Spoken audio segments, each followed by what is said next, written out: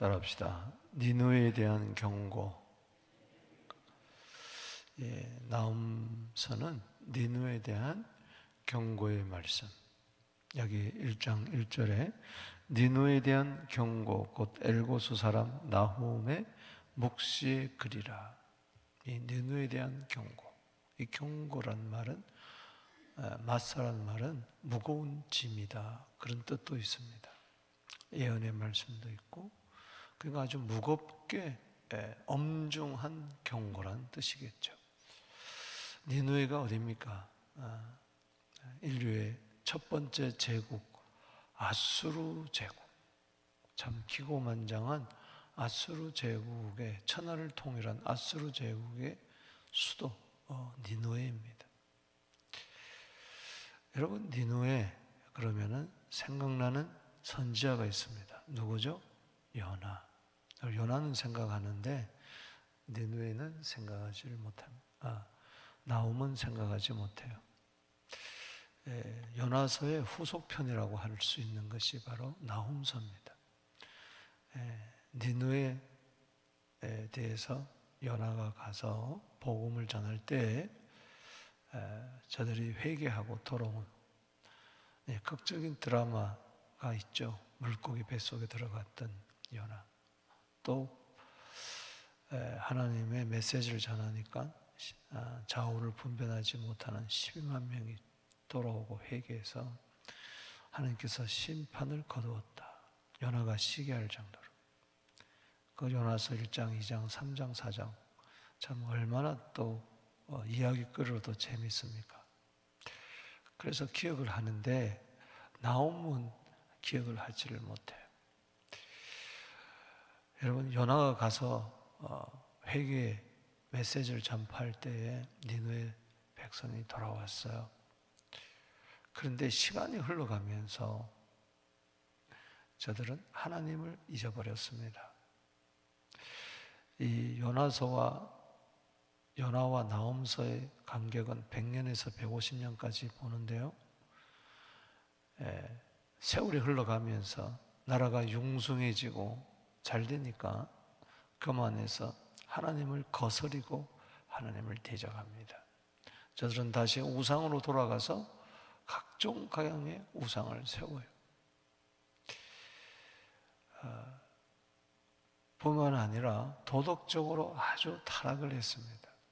악독이 가득하고 살인하고 폭력이 있고 착취가 있고 빼앗고, 그야말로 다시 악이 하나님 앞에 상달될 정도로, 그래서 니느웨를 다시 심판할 수밖에 없어서 하나님께서는 심판하기 전에 나훔을 다시 보내서 저들을 경고합니다. 그러다가 망한다. 그러나 결국 저들은 망하고 맙니다. 612년 경에 메대와 바벨론과의 연합군에 의해서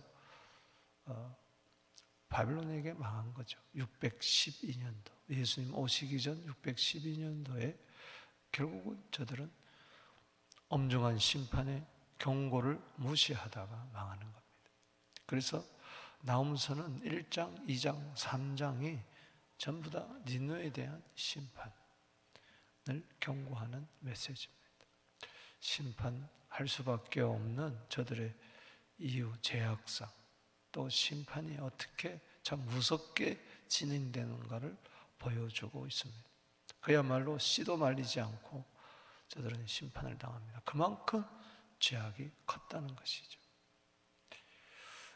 여러분 잘 아시는 대로 이 아수르가 북이스라엘을 망하게 했어요. 그래서 기원전 722년도에 북쪽을 자기 속국으로 삼고 사마리아에다가 많은 그 당시에 그 피지배 계급들, 식민지 계급들을 살게 해서 사마리아인이 태어나게 할 정도로 혼혈족으로 만들었죠. 민족 말살 정책을 정했던 그런 나라입니다. 아주 악독한 잔인한 민족입니다. 그러면서 약 100여 년 동안 그 이후에 남유다를 괴롭혔습니다. 끊임없이 괴롭혔어요. 그래서 유다가 아주 이 북아수르에게 많이 엄청나게 시달렸습니다. 조공을 갖다 바치고. 그러한 아수르입니다. 그래서 하나님께서 아수르에 대한 심판을 하면서 동시에 남유다에 대한 구원 그리고 위로를 해주는 겁니다. 그래서 나홈의 뜻은 뭐냐? 따라합시다. 위로. 위로란 뜻입니다. 나홈의 뜻은 comfort, 위로받은 자라는 그런 뜻입니다. 그래서 나홈서는 아수르에 대한, 니느웨에 대한 심판 동시에 유다에 대한 또 위로의 책이 될 수가 있습니다. 오늘 1장 이 아수르의 수도 니느웨에 대한 경고, 나홈이 받은 묵시의 글 15절인데요. 세 부분으로 나누어서 우리 은혜 받도록 하겠습니다. 1절에서 8절, 여기서는 하나님은 누구신가? 그리고 9절에서 14절은 하나님의 구원과 심판에 대해서, 그리고 15절은 구원의 기쁜 소식, 아름다운 소식을 전하라는 내용으로 되어 있습니다. 먼저 1절에서 8절에 하나님은 누구신가 우리 살펴보겠습니다. 한마디로 말해서 하나님은 악인에게는 보복하시는 하나님, 그러나 의인에게는 선하신 하나님이라는 것입니다. 자, 2절을 보십시다. 여호와는 질투하시며 보복하시는 하나님이시라. 여호와는 보복하시며 진노하시되 자기를 거스르는 자에게는 여호와는 보복하시며 자기를 대적하는 자에게 진노를 품으십니다. 여기 보면은 보복하신다, 보복하신다, 보복하신다. 이 말은 시편 94편 1절에 하나님은 복수하시는 하나님이라고 표현했는데 그 뜻입니다. 3번이나 보복한다, 보복한다, 보복한다. 누구에게? 하나님을 거스리고 대적하는 자에게. 저들이 요나의 소리를 듣고 설교를 듣고 돌아와서 하나님을 섬겼어요. 그러나 저들은 세월이 지나가면서 하나님을 거스리고 대적합니다. 우리는 절대로 하나님을 거스리고 대적해서는 안 될 줄로 믿습니다. 하나님이 반드시 보복하신다. 처음에는 참으시죠. 3절에 여호와는 노하기를 더디하시고, 처음부터 보복하시는 게 아니에요. 처음부터 참으시는 게 아니에요. 베드로 후서 3장 9절에 하나님은 오래 참으십니다. 지금 니느웨에 대해서 참고 참아 요나 선지자를 보냈고, 또 100년이 지나면서 150년이 지나면서 또 망하기 전에, 또 심판하기 전에 하나님은 나홈을 보내가지고 저들을 경고할 정도로 참으시는 겁니다.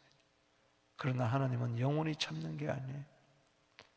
하나님이 공의가 있기 때문에 2절에 여호와는 노하기를 더디하시지만 권능이 크시며, 3절 말씀에 벌받을 자를 결코 내버려 두지 아니하시느니라. 여호와의 길은 회오리 바람과 강풍이 있고 구름은 그의 발에 티끌이로다. 이제 자연 현상을 바라보면서 하나님의 그 심판을 설명하고 있습니다.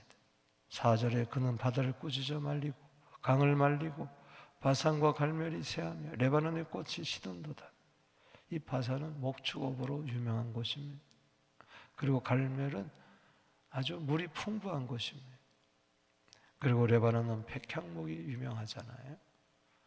그러나 하나님이 심판하시면 다 없어지는 겁니다.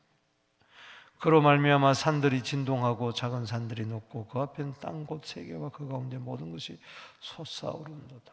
홍수가 나고 지진이 나고 이런 현상들을 통해서 하나님 보복하시는 하나님의 속성이 드러나는 겁니다. 누가 능히 그의 분노 앞에 서면 누가 능히 그의 진노를 감당하랴. 그의 진노가 불처럼 쏟아지나니 그로 말미암아 파이들이 깨어지는도다. 보복하시는 하나님, 심판하시는 하나님. 이것은 누구에게? 바로 2절에 나오는 대로 따라합시다. 거스르는 자, 대적하는 자. 그렇기 때문에 하나님이 어디 있어? 하나님을 거스르고 대적하면서 잘 먹고 잘 사는 자들 언젠가는 하나님이 보복하십니다. 안 죽습니까? 죽습니다. 죽음이 저들에게는 구원이 아니고 천국 가는 길이 아니고 죽으면 저들에게는 심판인 것입니다. 그러나 하나님은 보복하시는 분만이 아닙니다. The Lord is good. 하나님은 선하신 분이십니다. 아멘이십니까? 하나님은 선하시며 환난 날의 산성이요 자기에게 피하는 자들을 아시느니라. 그 유명한 나음서의 요절입니다.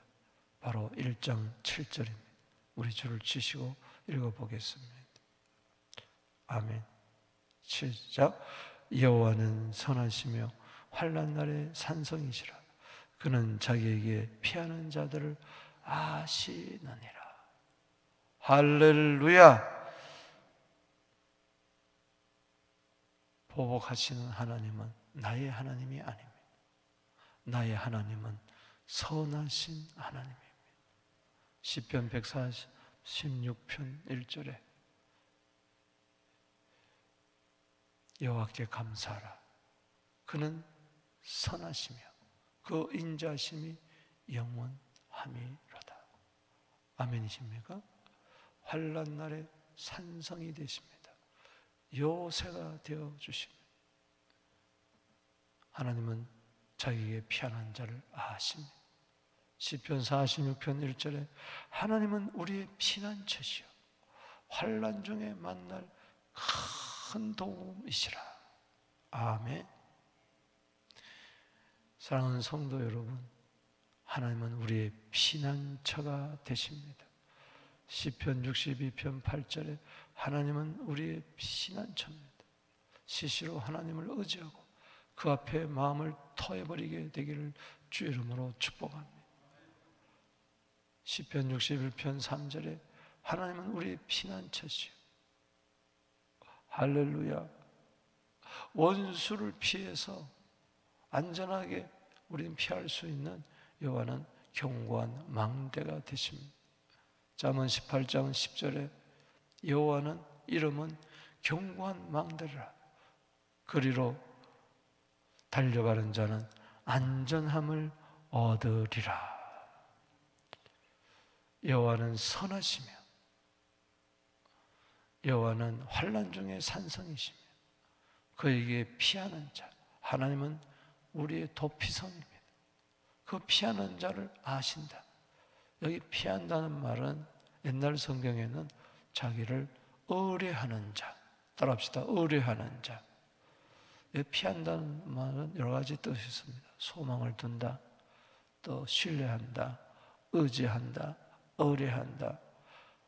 하나님께 소망을 두고 의지하고 의뢰하고 신뢰하니까 그리로 피하는 것이죠. 그 자를 아신다. 여기 아신다는 말은 야달합니다.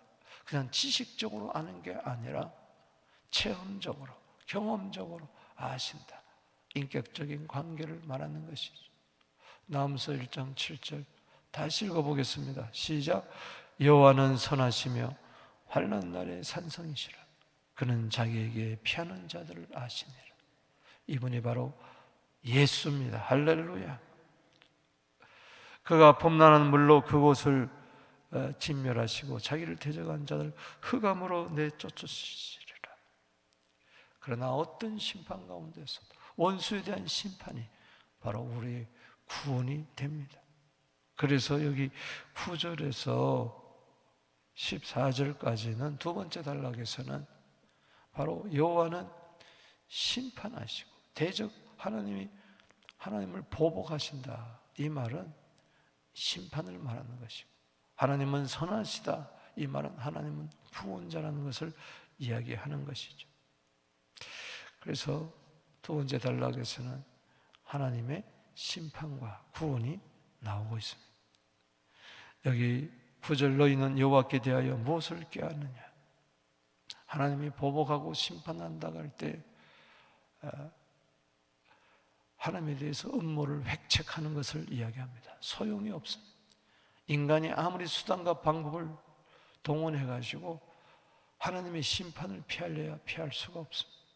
그가 온전히 멸하시리니 재난이 다시 일어나지 아니하리라. 이건 두 가지 해석입니다. 재난이 다시 일어나지 않는다는 것은 원수 편에 보면은 다시 재난 같은 것이 없을 정도로 완전히 한 번에 망한다는 이야기고, 또 유다 편에서 보면은 원수로부터 재난당한 것이 이제는 사라진다는 뜻이 됩니다. 여러분에게 재난이 사라질지어다. 아멘. 10절에 가시덤불들이 엉클어졌고 술을 마신 것 같이 취한 그들은 마른 지푸라같이 모두 탈 것이라. 가시덤불이 막 엉키고 설킨 것처럼 그렇다는 거죠, 아수르가. 그리고 술을 마신 것 같이 취한, 니느웨 사람들은 술을 그렇게 좋아했다 그래요. 늘 취해서 흥청망청 방탕하며 살고, 그러나 그들의 삶은 마른 지푸라기 같이, 지푸라기는 불에 넣으면 금방 살라져 버리잖아요. 지푸라기 같은 그런 인생이 심판받을 수밖에 없죠. 이들이 누굽니까? 하나님 누구를 심판합니까? 선을 행하는 자가 아닙니다. 악을 꾀하는 자죠. 그래서 11절에 여호와께서 악을 꾀하는 한 사람이 너희 중에 나와서 사악한 것을 권하는도다.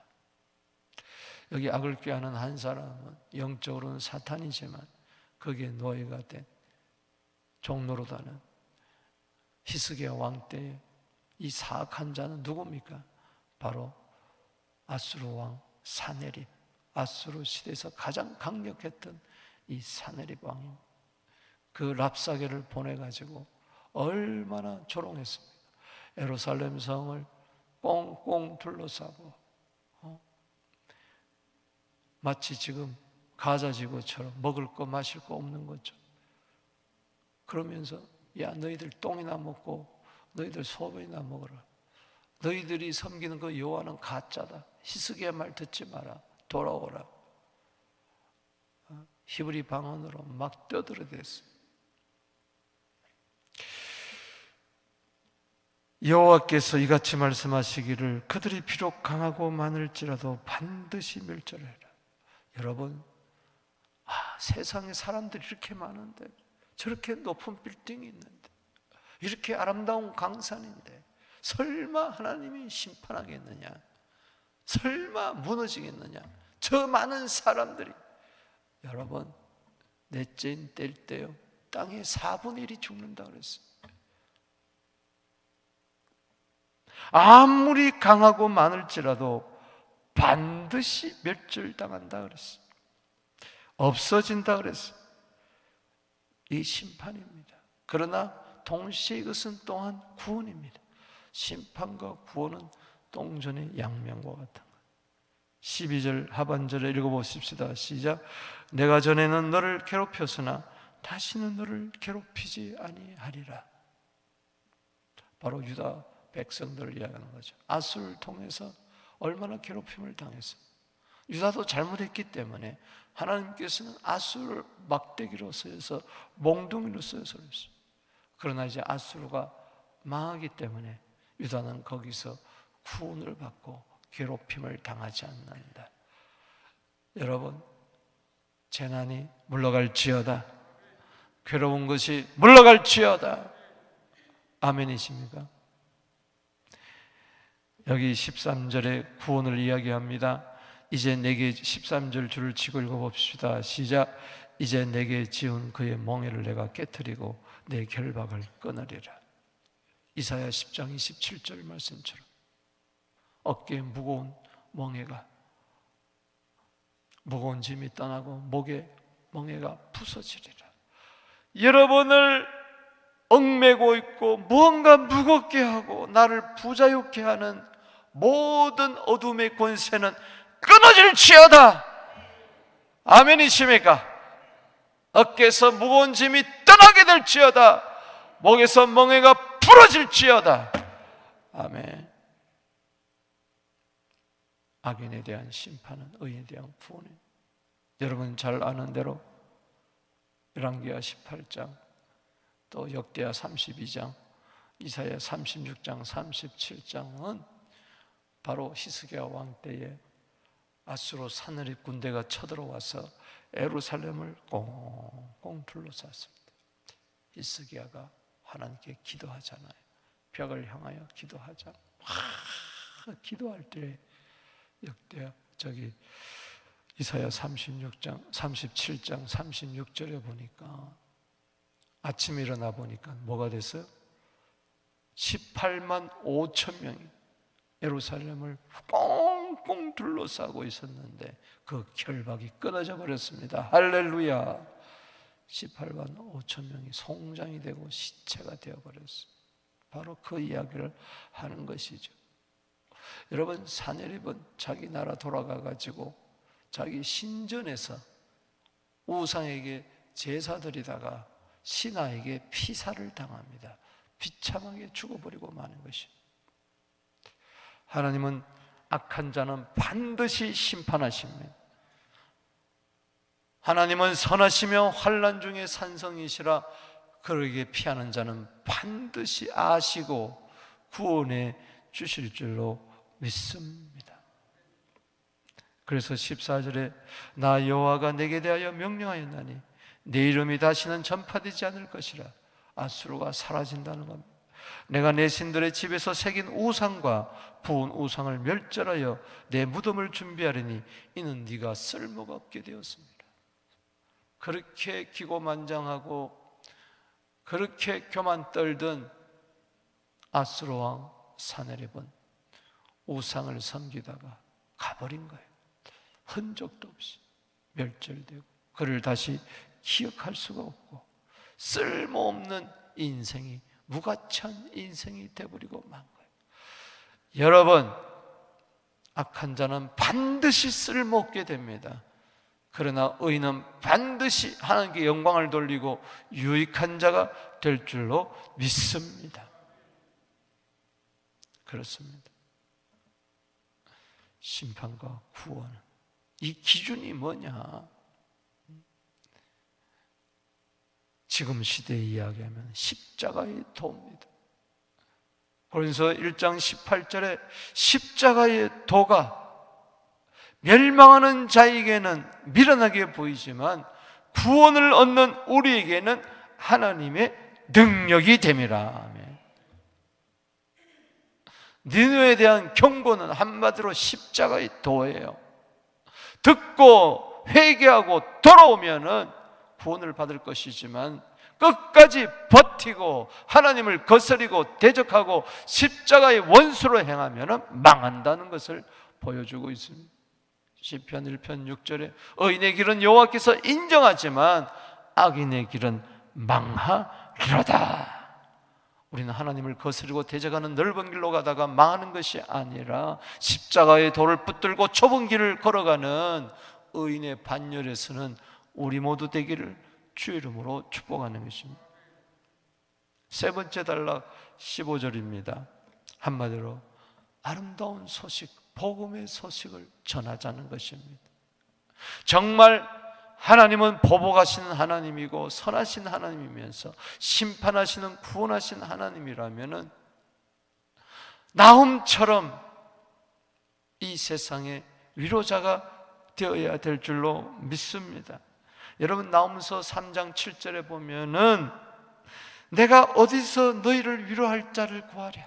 어디서 위로할 자를 구하겠습니까? 무엇이 우리 이 세상에 앞으로 심판받을, 불로서 심판받을 이 세상에 뭐가 위로가 있겠습니까? 오직 복음밖에 없습니다. 정말 내가 심판받아야 될 사람인데 나도 내가 구원을 받았어요. 이 복음을 전해야 되는 거예요. 아름다운 소식을 전해야 돼. 나홈처럼 위로자가 되어야 될 줄로 믿습니다. 여기 15절 말씀 읽어보십시다. 시작. 볼지어다 아름다운 소식을 알리고 화평을 전하는 자의 발이 산 위에 있도다. 볼지어다. 이 암울한 시대에, 이 어두운 시대에, 이 타락한 시대에, 멸망을 향하여 달려가는 이 시대에, 지옥을 향하여 달려가는 이 시대에 아름다운 복음을 들고 소식을 알리고 화평을 전하는 자의 발이 산 위에 있도다. 사랑하는 성도 여러분, 세상이 왜 이러냐? 왜 이렇게 힘드냐? 왜 이렇게 어렵냐? 왜 이렇게 삶의 무게가 나를 짓누르냐? 피곤하다 하지 마시고, 정말 내가 구원받았다면, 복음으로 내가 구원을 받았다면 이 아름다운 소식을 전하며 가십시다. 할렐루야. 여기 아름답다는 것은 좋다는 겁니다. 좋은 소식, 복된 소식이라는 말이에요. 화평을 전하는 소식. 사도행전 10장 36절에 예수님은 화평의 복음을 전하셨다고 이야기를 했습니다. 화평의 복음이 지금 이스라엘과 팔레스타인에 필요합니다. 신문에는 나지 않지만, 세상 뉴스에는 나지 않지만은 그 땅에 선교사들이 지금 들어가서 화평의 복음을 전하고 있어요. 위험을 무릅쓰고. 여러분, 아름다운 소식, 복된 소식, 평안의 복음의 신발을 신고 산을 넘는 자들의 발이 아름답다고 하지 않았습니까? 이사야 52장 7절에 좋은 소식을 가져오며 평안을 공포하며, 복된 좋은 소식을 가져오며 구원을 공포하며 시온을 향하여 이르기를 내 하나님이 통치하신다에 산을 넘는 발이 어찌 그리 아름다운고. 아멘. 로마서 10장 15절에 이 말씀을 받아서 아름답도다 좋은 소식을 전한 자들의 발이요. 따라합시다. 아름답도다 좋은 소식을 전하는 자들의 발이요. 아멘. 저는요, 월요일날, 수요일날, 토요일날 비가 오나 눈이 오나 복음 전하는 자들이 우리 교회에 있다는 것이 얼마나 감사한지, 얼마나 감사한지. 볼지어다 하나님은 말씀하고 있습니다. 봐라, 이들을 봐라. 똑같은 하늘 아래 똑같은 삶의 무게가 짓누르고 있지만, 똑같은 세상에 살고 있지만 왜 그 마음속에는 영혼을 향한 사랑이 불타고 있는가? 나 같은 죄인을 주님이 구원해 주셨기 때문에 이 기쁜 소식을 전하지 않고는 견딜 수가 없는 에레미야 20장 9절에 불타는 심정이 있기 때문에 그런 것입니다. 하나님에 대해서 알면 뭐합니까? 하나님은 보복하시는 하나님이에요. 하나님은 좋으신 하나님. 하나님은 심판하신 하나님. 하나님은 구원하신 하나님. 정말 안다면 심판 받을 사람에게 경고의 메시지, 복음을 전해야 됩니다. 할렐루야. 예수를 모르니까, 복음을 모르니까 전판자가 없이 어찌 듣겠느냐? 들음이 없으면 어떻게 믿겠느냐? 믿지 못하는데 어찌 구원을 받겠느냐?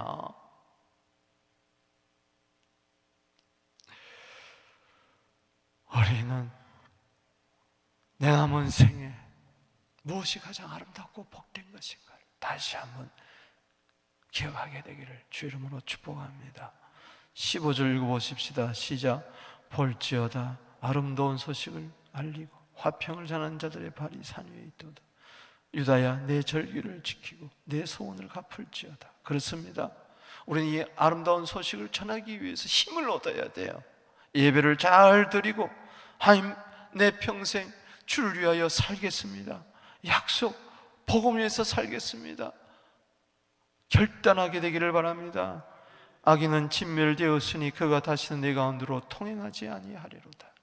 그렇습니다. 내가 살 길은요, 적극적으로 복음을 전할 때 내 인생 가운데에 악인이 침범하지 못하는, 어둠이 침범하지 못하는 일이 있을 줄로 믿습니다. 사도 바울이 내가 부득불 복음을 전하는 것은 내가 화를 당할까? 그렇습니다. 복음을 전하지 않으면 화를 당한다 그랬어요. 어둠이 침략해서 이런저런 어려움이 생기는 거예요. 그렇습니다. 말로, 행동으로, 삶으로 여러분 아름다운 복된 소식을 전하는 자가 되어 날마다 승리하고 어둠은 물러가고 빛이 임하고 여러분 주위의 귀신들은 떠나가고 천사가 수종되는 우리 모두 되기를 주 이름으로 축복합니다. 말씀을 마칩니다. 1장에서 다시 한번 집에 가셔서 묵상하시면서 하나님은 어떤 분인가? 나에게서 하나님은 어떤 분인가? 하나님은 선하시다. 환난 중에 산성이시다. 하나님은 자기의 피하는 자를 알아주신다. 하나님이 알아주는 자가 되기를 주 이름으로 축복합니다. 두 손 들고 기도하며 나갑니다. 주여!